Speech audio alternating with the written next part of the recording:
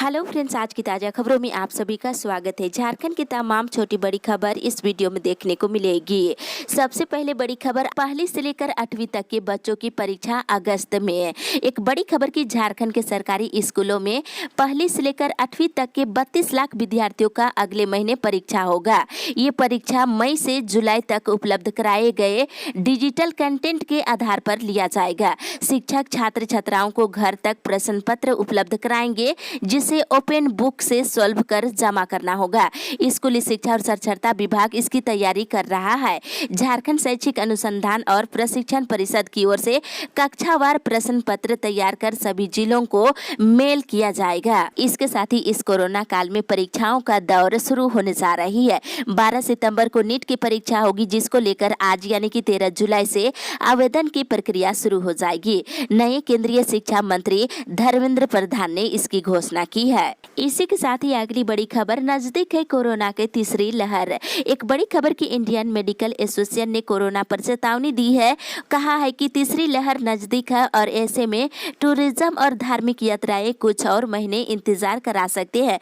ये चेतावनी तब आई है जब देश के कई हिस्सों को अनलॉक कर दिया गया है और टूरिज्म स्टॉप में लोगों की भीड़ जमा होना शुरू हो गया है। IMA ने कहा है कि तीसरी लहर करीब है, इसलिए सतर्क रहने की जरूरत है। भीड़ ना जुटाए और पर्यटन टाल दे, क्योंकि ऐसी ही चीजों से तीसरी लहर चपेट में ले सकती है। वहीं दूसरी ओर झारखंड को मिला कोविशील्ड का 2 लाख से अधिक डोज।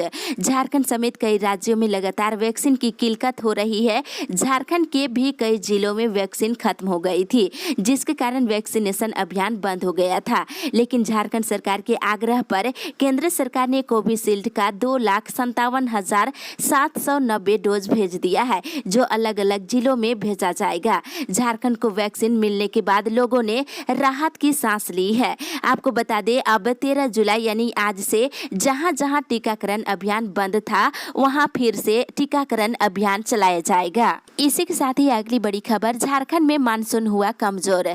झारखंड में मानसून और कमजोर हो गया है। मानसून के कमजोर हो जाने की वजह से पिछले एक सप्ताह के अंदर उस अनुपात में वर्षा नहीं हुई है जैसा कि अनुमान लगाया गया था। ऐसी स्थिति अभी आने वाले 4 से 5 दिनों तक बनी रहेगी। हालांकि दक्षिण पूर्वी दिशा से नम हवा के बहाव की वजह से वातावरण में थोड़ी नमी देखी जा सकती है। इससे झारखंड में कहीं कहीं छिटपुट बारिश होने की संभावना है। इसी के साथ ही अगली बड़ी खबर, झारखंड कोरोना अपडेट्स।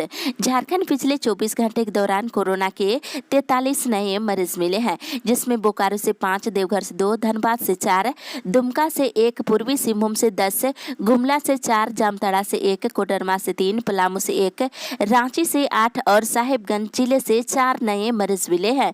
वहीं पिछले 24 घंटे के दौरान 64 मरीज स्वस्थ हुए हैं, जिसमें बोकारो से 6, चतरा से 3, देवघर से 4, धनबाद से 4, दुमका से 1, पूर्वी सिंहभूम से 9, गिरिडीह से 2, गुमला से 10, हजारीबाग से 1, कोडरमा से 3, पलामू से 2, रामगढ़ से 2, साहिबगंज से 4, सरायकेला से 2, सिमडेगा से 10 और पश्चिमी सिंहभूम जिले से 1 मरीज स्वस्थ हुए हैं। वहीं राज्य में एक्टिव केस की संख्या घट करके 390 हो गई है, जिसमें बोकारो में 24, चतरा में 3, देवघर में 24, धनबाद में 19, दुमका में 17 और पूर्वी सिंहभूम में 59 एक्टिव केस है। वहीं गढ़वा में 1, गिरिडीह में 2, गोड्डा में 3, गुमला में 19, हजारीबाग में 16, जामताड़ा में 27, खूंटी में 5, कोडरमा में 19, लातेहार में 16, लोहरदगा में 4, पलामू में 11, रामगढ़ में 6, रांची में 57, साहिबगंज में 17, सरायकेला में 11, सिमडेगा में 42 और पश्चिमी सिंहभूम जिले में 9 एक्टिव केस है। वहीं पिछले 24 घंटे के दौरान किसी भी जिले में कोरोना से किसी भी मरीज की मौत नहीं हुई है। इसी के साथ ही अगली बड़ी खबर, भाई बहनों संग मौसी बाड़ी पहुंचे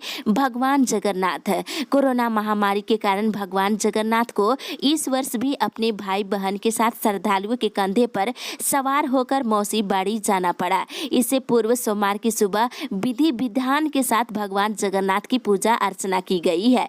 भक्त मंदिर के दरवाजे पर ही खड़े होकर भगवान का दर्शन किए और इस दौरान मंदिर में भगवान की आरती भी की गई और मंदिर में सिर्फ पुजारी ही पूजा करते नजर आए हैं। वहीं दूसरी ओर रथ यात्रा में मेला बंद, रोज कमाने खाने वाले दुखी। रथ यात्रा में इस बार कोरोना का ग्रहण लगा हुआ है, जिस कारण सिर्फ मंदिर में पूजा अर्चना कर भगवान जगन्नाथ स्वामी और बलभद्र और बहन सुभद्रा का पूजा अर्चना किया गया।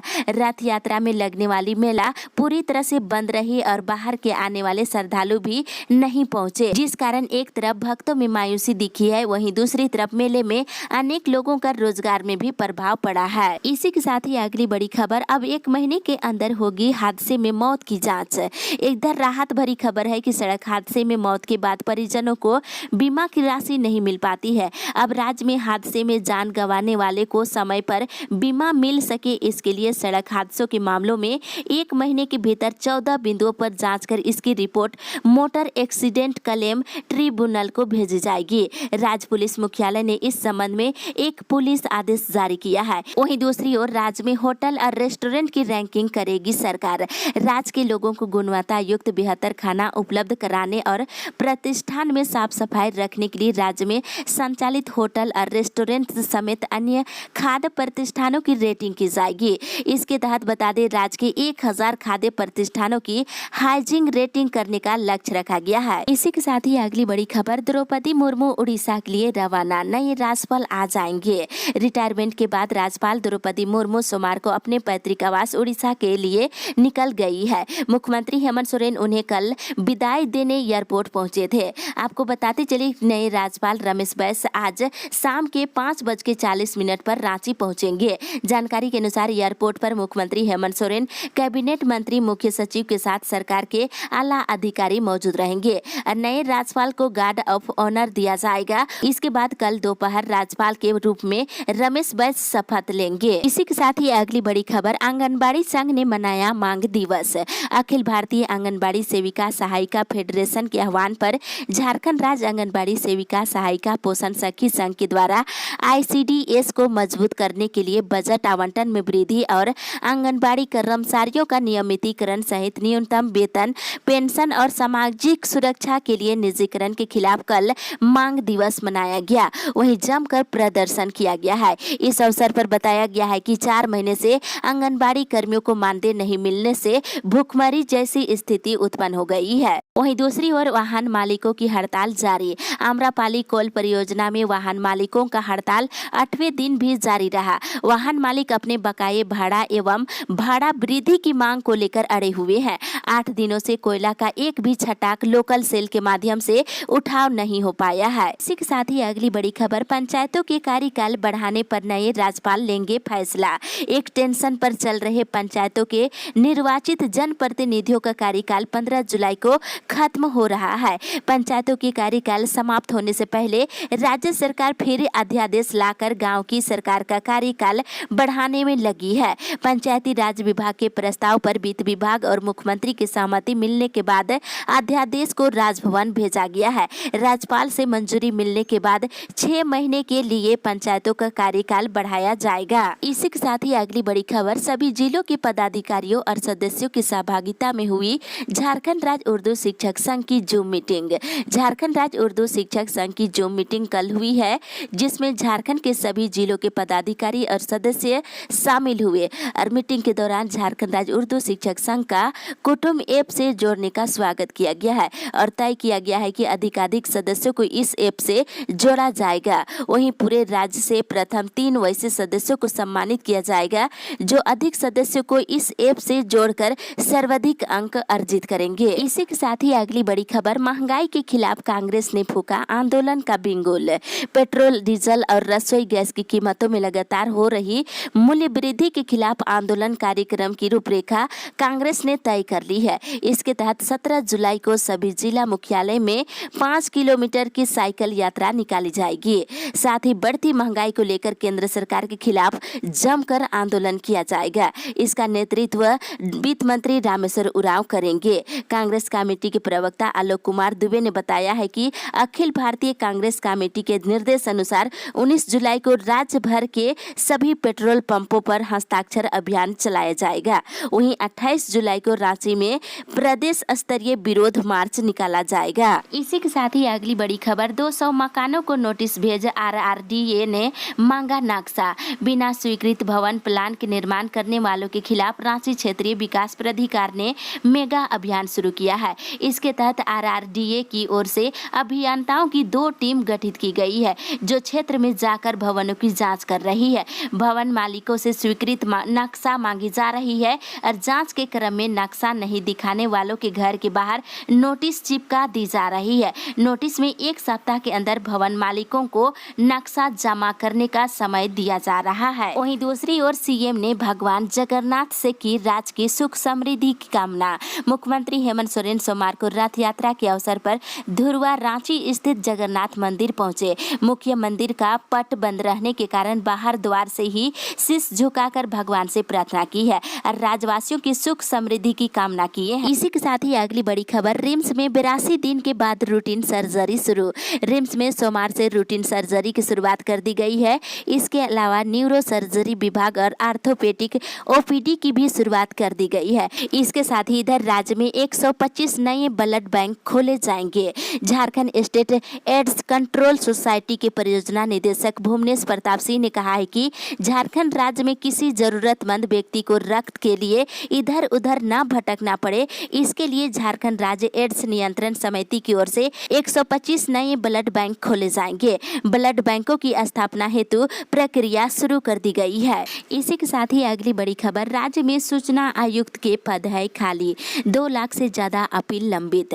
सुप्रीम कोर्ट ने सभी राज्यों से सूचना आयुक्तों के खाली पदों की अध्ययन रिपोर्ट मांगी है। 1 महीने के बाद इस मामले में सुनवाई होनी है, लेकिन अगर झारखंड में वर्तमान स्थिति की बात करें तो यहाँ पर मुख्य सूचना आयुक्त और सूचना आयुक्त के सभी पद खाली है। वहीं हाई कोर्ट में सुनवाई के दौरान राज्य सरकार ने कई बार नियुक्ति करने का आश्वासन दिया है, लेकिन विज्ञापन जारी होने के बाद भी नियुक्ति नहीं होना सरकार पर सवाल खड़ा करता है। साथ ही बताते चले, इधर मुख्य सूचना आयुक्त सहित सूचना आयुक्तों के कुल 13 पदों पर नियुक्ति अभी लंबित है। इसी के साथ ही अगली बड़ी खबर, झारखंड में 19 लाख किसानों को मिलेगा KCC की सुविधा। कृषि मंत्री बादल पत्रलेख ने सोमवार को जरमुंडी प्रखंड सभागार में कृषक मित्रों को संबोधित करते हुए कहा है कि राज्य में 19 लाख किसानों को KCC की सुविधा मुहैया कराई जाएगी।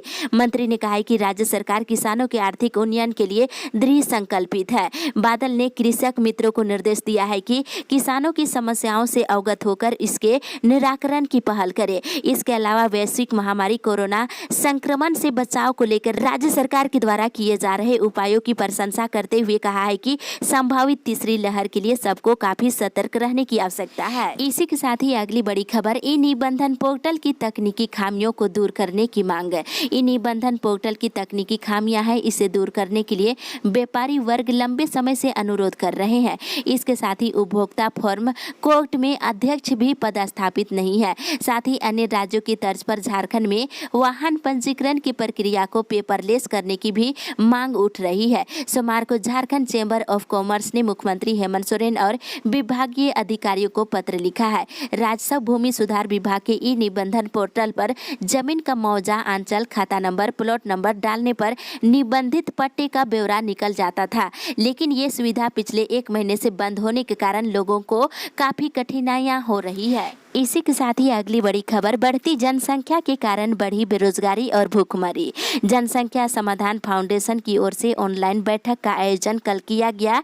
इसमें राज्यसभा सदस्य अनिल अग्रवाल ने कहा है कि बेरोजगारी, गरीबी, भूखमरी और कुपोषण का मुख्य कारण बेहताशा बढ़ती जनसंख्या है। अंकुश नहीं लगाया गया तो असम, पश्चिम बंगाल, केरल के हालात भी आने वाले दिनों में कश्मीर जैसे हो जाएंगे। वहीं दूसरी ओर BSNL कार्यालय पर प्रदर्शन। आज BSNL के कार्यालय पर मंगलवार को प्रदर्शन किया जाएगा। ये प्रदर्शन मजदूरी मामले को लेकर किया जाएगा। इसी के साथ ही अगली बड़ी खबर, उग्रवाद प्रभावित क्षेत्रों में 31 सड़क और पुलिया का होगा निर्माण।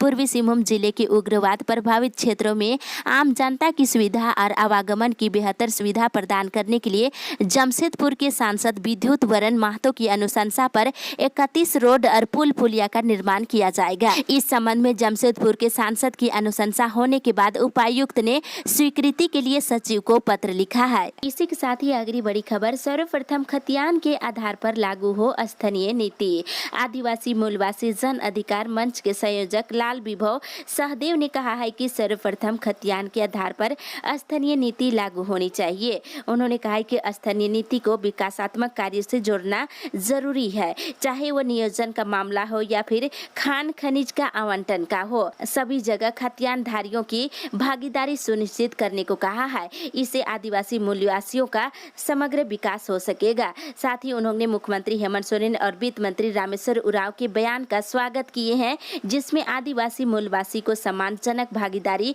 सुनिश्चित करने की वकालत किए हैं। इसे सिर्फ बयान तक न रखकर इसे कानून में परिवर्तन करने की मांग की।